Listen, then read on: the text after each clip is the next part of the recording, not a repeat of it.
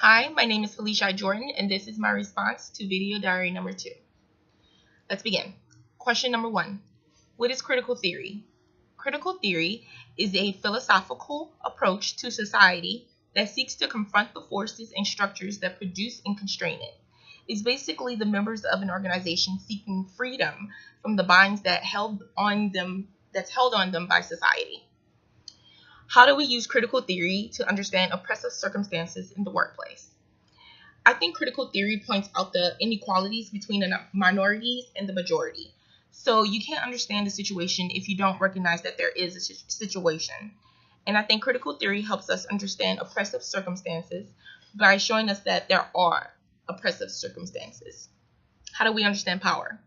I understand power as the person who holds all the cards. Someone who, like the book says, has the option to impose their will upon the behavior of others. So in a workplace setting, it would be the employer or the person in charge. How do we understand hegemony?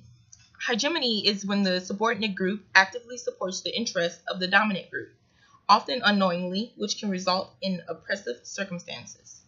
I understand hegemony as submission, sometimes unintentional submission. Like me, I'm in several organizations on campus, and I'm the type of person that will give up a free day or the weekend or come in early or stay late to make sure the events go off without a hitch. So I'm submitting to the needs of my organization, and because that's something that comes so natural to me, I've unknowingly become part of a subordinate group trying to maintain the dominant group's ideology, i.e., my organizations. How do we understand concerted control?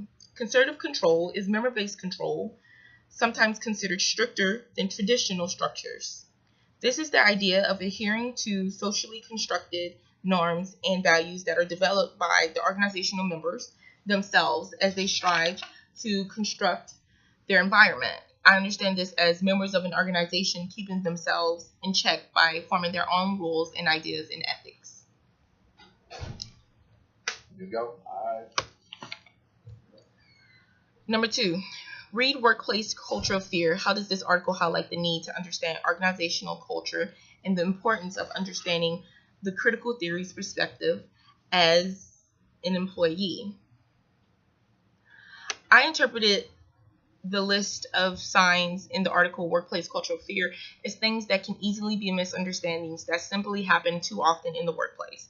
This article helps us understand how these situations can arise and the fear they can install and what we can do to eliminate that fear, which I think perfectly ties into the critical theory's perspective, as one of the results of fear in the workplace is hegemony, which is the employee placing the interests of the employer over themselves.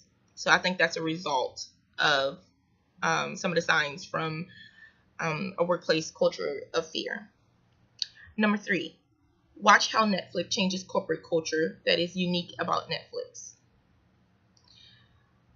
Or what is unique about Netflix? To me, what is unique about Netflix is that Netflix is basically all for their employees. They encourage employee freedom and judgment and innovation. Their employees matter. It's all about them. Where do leaders in the organization place importance? The leaders of Netflix place importance in their employees. They let their employees' common sense and judgment be the leader. It trumps everything to them, which I actually appreciate. Which critical perspective helps you to understand the culture of Netflix? The fact that they're so open about their work philosophy helps me understand their culture. Their values are transparent. Their goals are commendable, and most of all, it's all about the employee. A company whose motto is people over process, which we don't see much of these days. Number 4, the lessons learned case study. What was the ultimate lesson? How do you see organizational culture and critical theories intersecting to assist with your understanding of communication in organizations thus far? In lessons learned, the ultimate lesson to me was group contribution and teamwork, and how if you decide to avoid contributing, avoid engaging by holding your opinion in and not actively listening or producing constructive conflict, you can easily get pushed wayward and be overlooked. I read a bit of hegemony in the article as well, when Donna was discussing the dynamics of her organization's culture and how only a few people are ever truly engaged in the problem at hand. But specifically via Amanda, the quality manager, how she disagreed with the decision her team made regarding the factory goal, spoke out on it, and then the team reverted to her idea as if it was a group consensus to begin with. I see organizational culture and critical theories intersecting to assist with my understanding of communication in organizations by showing me the importance of cooperation among members in organizations when values and beliefs differ. I was also made aware of how much power higher structures really have, and how when they don't properly function, it's easy for the works to fall through the cracks, or better yet, be oppressed and aimless and forgotten. Number 5, have you ever been in a situation where you did not represent yourself accurately when applying and interviewing for a job? Explain in detail. Yes, I have been in a situation like that, but it was a very minor untruth that I told, and it was basically in my reference section. I used to lie on my reference section and put like my mom or my aunt and change their last name and then put their number for references, because I didn't feel comfortable asking my employers to be a reference. So that's basically how that happened. But I no longer do that. I have great references, educational, workplace wise. I've grown to be a very people person. So now I'm like not afraid to go up to people and ask them for a little help. Have you ever been, number 6, have you ever been hired by an organization and they misrepresented your role in the company? Explain in detail. No, I've never been hired by an organization and then had my position misrepresented. I've been fortunate enough to have very clear communications in my recent jobs, since I am no longer a teenager and afraid to go up to people. And I find that, truth really is key. So as long as you continue to tell the truth, like, things usually work out in the better or good for you. Number 7, discuss the reasons why applicants may embellish their application materials. People usually lie on their applications to get the job. And it makes them seem more qualified than what they really are, so that employees will hire them or at least take a chance on them. And most people just need an in, and their application is the first step into the door. So usually they lie just to get a chance to be looked at. Number 8, what perception would a potential employer have of you after viewing the results from Googling your name? Have you ever researched your name? How often do you search your name? Is the information accurate? I have searched my name several times, actually, for just this reason. It's important to me how I'm portrayed online. Anything you do on the internet these days can and will harm your career and your future. But so far, everything is accurate. A few images of me actually pop up. So from Googling me, a potential employer will get a partial picture of who I am. My favorite online book app popped up. My private Facebook page and Instagram and Twitter. But besides my Instagram, I'm afraid that I'm not very active online. So if they do get on it, they probably find a post from like 2012 or something. Number 9, as you're reading chapter 8 and reviewing the PowerPoint slides, read the case study, Navigating the Limits of a Smile by Sarah Tracy in Case Studies for Organization Communication, Understanding Communication Processes, blah, blah, blah. This case is found in the case study folder. Students should apply both organizational assimilation process and structuration theory to this case study, which presents opportunities for a nuanced application of both. What is the one question that you feel still needs to be addressed in this case? The one question I personally think needs to be addressed, I'm going to start there first, is, why the comfort and the safety of their guests seem to be more important than the employees of the cruise ship. I understand customer satisfaction, and customer service, but not at the expense of your employee. I don't understand that at all. And then Casey's assimilation to the cruise line was rough. You can clearly tell that going in, she was eager to try this, but a few months in, and the cruise line credo was going against her values, and no matter how much she tried to socialize or integrate herself into, their culture, she couldn't, not completely, due to the attitude of some of the crew and the passengers and upper management.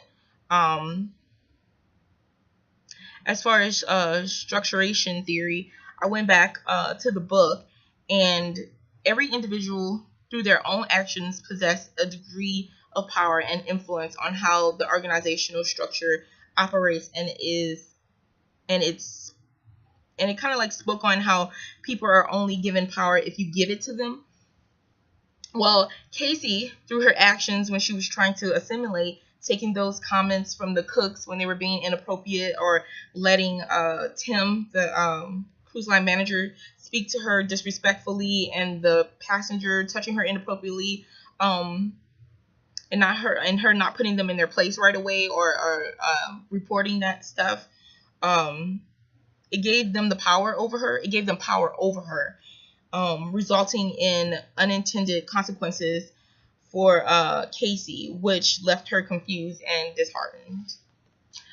Some of the other things I got from that, was Tim's treatment of Casey was wearing her down, and then fear of recompression. I'm sorry, repercussion, fear of repercussion from Tim if she went over his head, because she wasn't comfortable going to him with the issue. Those were some of the issues that she had with that. Like, she was scared of fear, workplace fear. She was scared of the pushback that she would receive if she reported him. Number 10, discuss the reasons why a superior might deliberately engage in strategic ambiguity.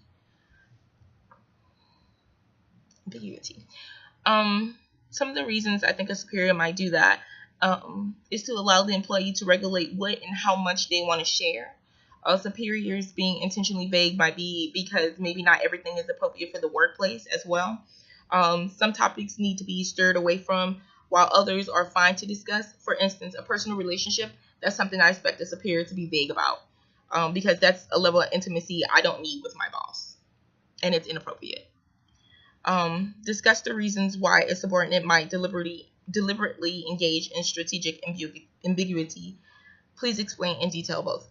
A subordinate might deliberately engage in strategic ambiguity to maintain perceptions or their relationship. By that I mean maybe they don't want to be viewed differently by the boss in order to stay in their favor.